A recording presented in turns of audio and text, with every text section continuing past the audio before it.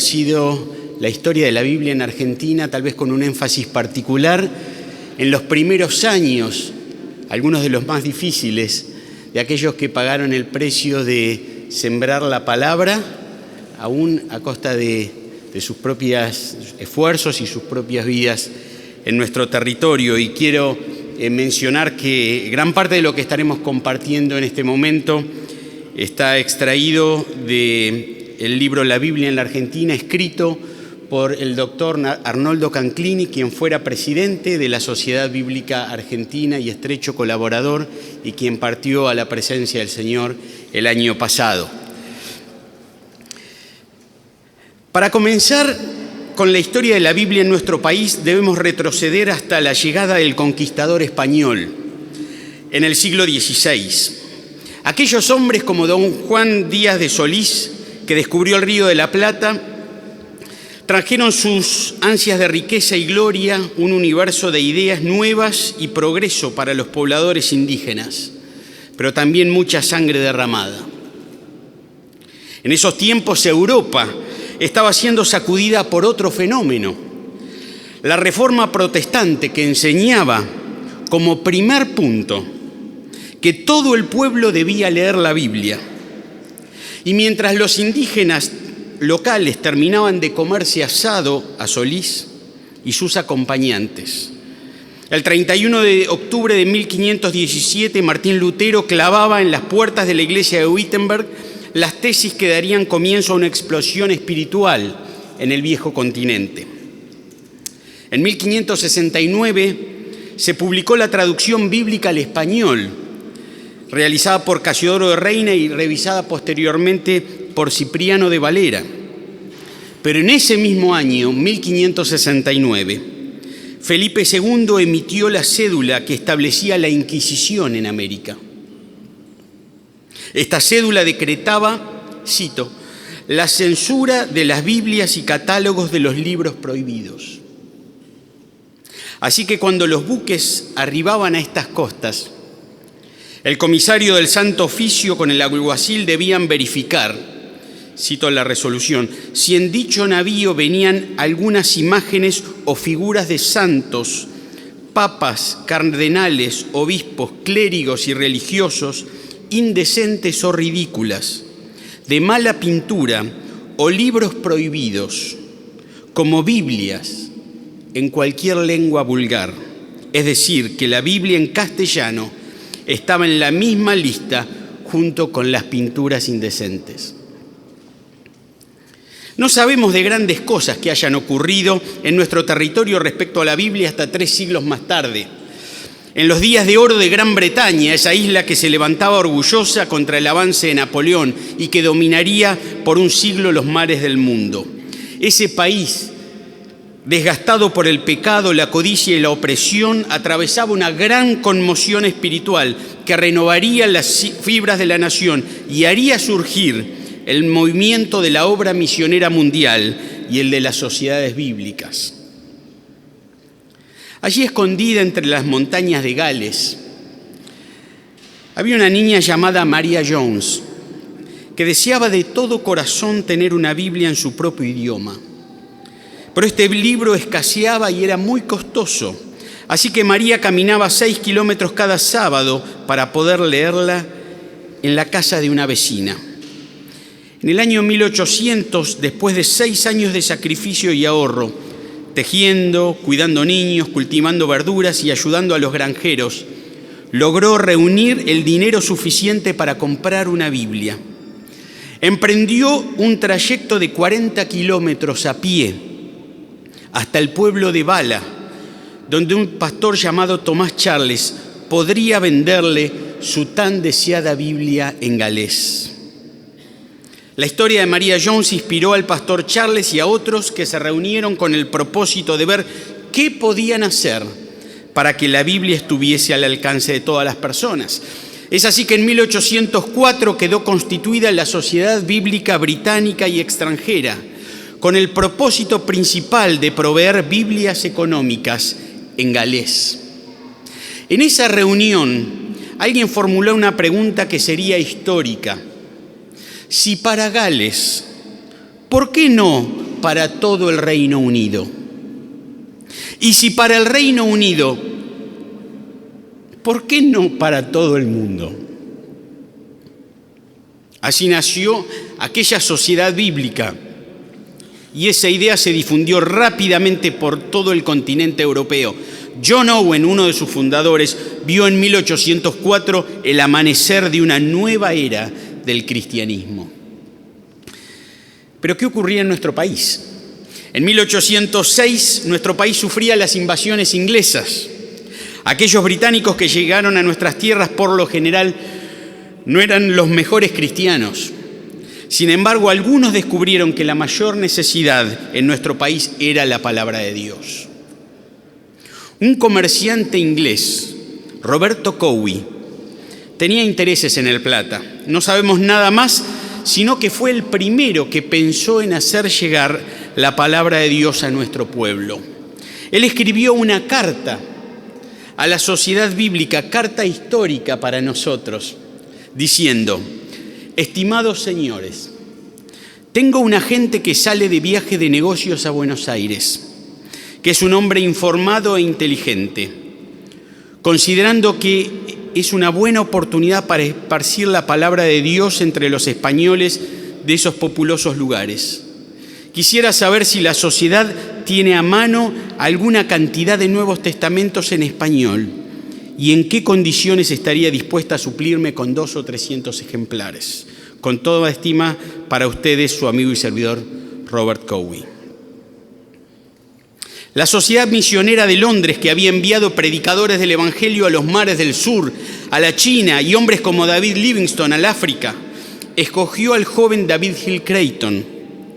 Él se convirtió en el primer misionero enviado al Río de la Plata por cualquier institución evangélica.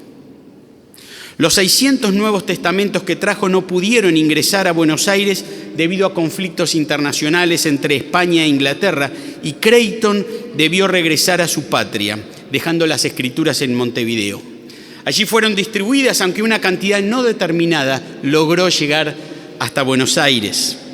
Uno de los que se han ubicado en nuestro país, uno de los ejemplares, estaba en manos del presbítero Manuel Alberti, miembro de la primera junta surgida del Cabildo Abierto del 25 de mayo de 1810. En un informe posterior, enviado a la Sociedad Bíblica, se dice que las personas habían recibido el libro con alegría, pero luego la autoridad religiosa de Buenos Aires reclamó, bajo las más severas penas eclesiásticas, todos aquellos ejemplares en versión no autorizada que habían sido distribuidos. Sin embargo, el informe concluye con estas palabras, que son un testimonio para nosotros, hoy, 190 años más tarde.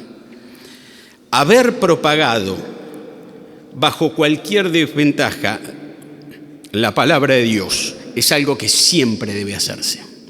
Esa palabra, en un tiempo y otro, tendrá su retribución. En 1812, la señora Mackinnon trajo un centenar de Nuevos Testamentos en español, convirtiéndose en la precursora del voluntariado femenino de la Sociedad Bíblica, un brazo importantísimo de nuestra misión. En 1818, mientras San Martín se disponía a hacer su campaña al Perú, llegó a nuestro país Diego Thompson, un joven escocés, reconocida como una de las personalidades más notables que produjo el movimiento misionero protestante del siglo XIX. Ferviente difusor de la palabra de Dios, Thompson llegó con el propósito de difundir el sistema lancasteriano de enseñanza pública. Con un sueldo abonado por el Cabildo, entró en las escuelas y utilizó las Sagradas Escrituras como libro de texto. Fue amigo íntimo de los grandes próceres de la independencia, lo cual facilitó su trabajo para dar a conocer las Sagradas Escrituras, especialmente en las escuelas. Entró a los colegios y utilizó la Biblia como libro de texto. Preparó materiales didácticos extrayendo porciones del Antiguo y del Nuevo Testamento que creía más adecuadas para la comprensión e instrucción de los niños. Al presentarlas al gobierno, fueron aceptadas sin ninguna revisión eclesiástica y fue ordenado que se las imprimiera en la imprenta del Estado, a costo del Estado, y que se las colocara en las escuelas públicas.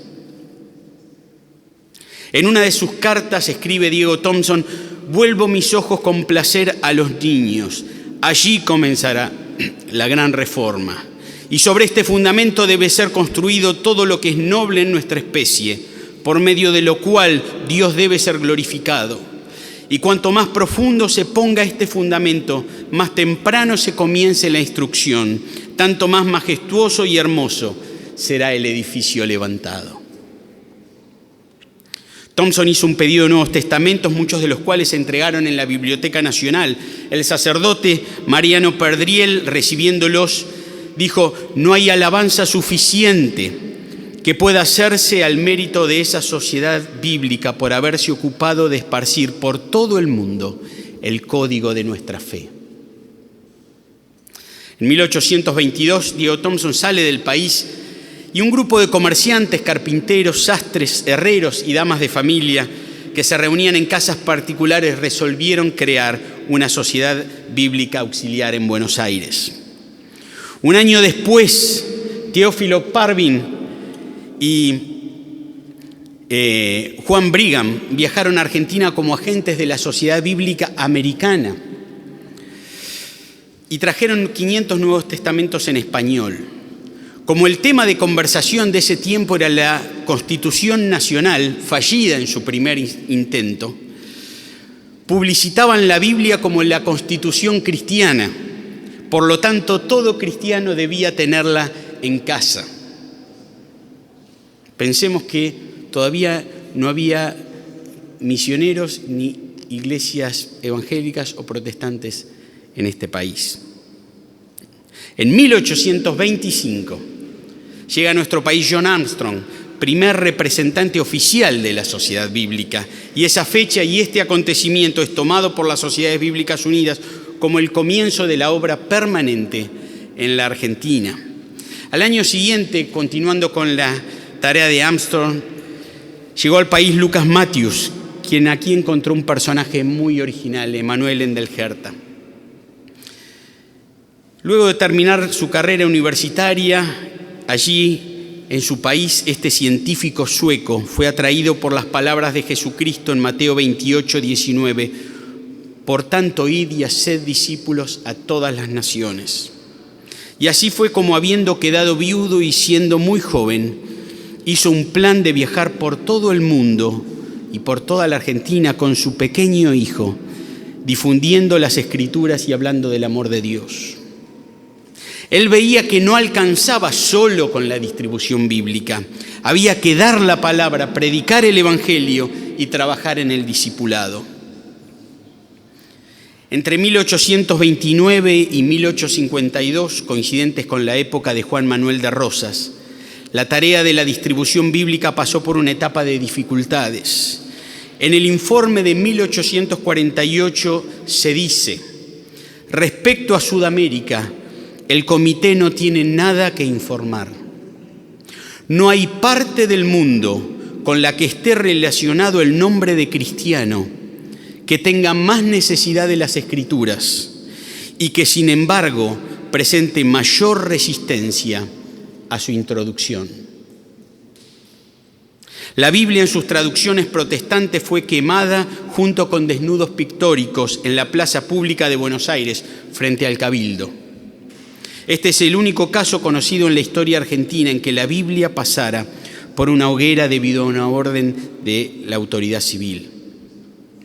Entre 1843 y 1851 se destaca en nuestra patria la presencia de Allen Gardiner, quien puso su mirada en tierras fueguinas y junto con 7 compañeros dejó su vida por la enfermedad, el frío y el hambre allí en la isla de Picton, en el canal de Beagle. Su afán de ganar a los yaganes para Cristo provocó la epopeya que sacudió al mundo cristiano. Desde el momento de su conversión, el inmigrante italiano Francisco Pensotti, verdadero apóstol de la distribución bíblica, vio la necesidad de recorrer el continente latinoamericano junto al doctor Andrés Milne. Ofrecían la Biblia de casa en casa, de ciudad en ciudad, de nación en nación. Su método de trabajo de dos en dos y de casa en casa derivó en la labor de los colportores o vendedores de Biblias, que penetraron en regiones desconocidas con la Biblia en la mano y dieron origen a numerosas iglesias evangélicas. Juan Crisóstomo Bareto había iniciado su ministerio como colportor e inculcaba en cuantos lo rodeaban el amor por la venta de Biblias. En 1914, refiriéndose al trabajo de los colportores, escribió: las sociedades bíblicas no solo nos han dado el libro, a ellas les debemos algunos de los mejores predicadores en los púlpitos sudamericanos. A falta de seminarios para prepararse para la predicación, muchos jóvenes han tenido que tomar una maleta y hacer su escuela en el campo de batalla del colportaje, golpeando de puerta en puerta, oyendo y contestando toda clase de objeciones, sufriendo insultos y recibiendo amenazas, pero hallando también magníficas oportunidades de hablar a las almas ansiosas. Han ganado experiencias que jamás cambiarían por el más alto título universitario. Leyendo el libro de la realidad, han aprendido a conocer las necesidades espirituales y morales del pueblo al que se dirigen. Al subir al púlpito, hablan con una eficacia que no hubiesen alcanzado sin pasar por esa ruta. Casi me atrevo a decir que el colportaje es moralmente obligatorio a todos los que aspiran para el ministerio. El 29 de marzo de 1966 se constituyó la Asociación Sociedad Bíblica Argentina, una asociación civil íntegramente argentina, fundada por las iglesias, para servir a las iglesias. La reunión fue presidida por el profesor Santiago Canclini y contó con la presencia de líderes cristianos altamente representativos. Descubríamos ayer en las oficinas de la Sociedad Bíblica cómo en esos tiempos la Sociedad Bíblica planteaba al pueblo de Dios objetivos y desafíos realmente muy grandes, muy ambiciosos. Y una publicación del año 53 que veíamos ayer decía, en nombre de las Sociedades Bíblicas Unidas, que era el órgano bajo el cual trabajaba la Sociedad Bíblica aquí en Argentina, se necesitan, año 53, se necesitan 100.000 voluntarios para ofrecer la Biblia al pueblo y para contribuir al sostén y la extensión de la sociedad bíblica. Podemos lanzar ese desafío en el día de hoy también. Podrían contarse muchas anécdotas de la historia más reciente, como la de la guerra con Gran Bretaña en 1982. La SBA convocó a las iglesias de Argentina a donar el valor de un Nuevo Testamento con el objeto de agregar un ejemplar sin cargo en la bolsa de rancho de cada soldado. Entonces se recaudó 4 veces más de lo necesario. O la traducción bíblica al wichí, primera lengua argentina en tener la Biblia completa en 2002. O la distribución de 1 millón de Biblias para los hogares de Argentina, meta alcanzada en febrero de este año. Las nuevas tecnologías representan nuevos desafíos y oportunidades para la tarea de la sociedad bíblica. Pero el desafío aún mayor que todos compartimos es que la Biblia, esa ley del Señor que convierte el alma, ejerza su influencia transformadora en la iglesia y la cultura. Es maravilloso pensar que la sociedad bíblica no nació con nosotros, sino que somos parte de una historia que nos trasciende. Una historia de hombres y mujeres fieles al llamado de Dios.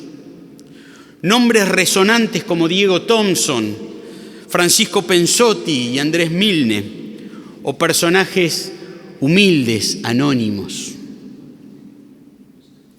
Unos y otros se dieron a sí mismos con el fin de esparcir la buena semilla en un terreno difícil, sembrando sus propias vidas para que hoy cosechemos sus frutos. Por eso podemos, al celebrar los 150 años de obra ininterrumpida de la Sociedad Bíblica en Argentina, decir con el salmista: alabaré tu nombre por tu misericordia y fidelidad, por la grandeza de tu nombre y porque tu palabra está por encima de todo. Y es justamente esta convicción, que su palabra está por encima de todo, la que sigue inspirando a las iglesias a continuar con este precioso ministerio. Porque hoy, como hace 190 años, queremos que toda la gente, en todo lugar, se encuentre con Dios y su Hijo Jesucristo a través de la Biblia. En el idioma en el que piensa y siente, en formatos que favorezcan el entendimiento y sin que el dinero sea un impedimento. Y es con este fin que la Sociedad Bíblica Argentina, fundada por las iglesias, seguirá sirviendo a las iglesias, traduciendo, publicando, difundiendo y exaltando la palabra de Dios. Muchas gracias.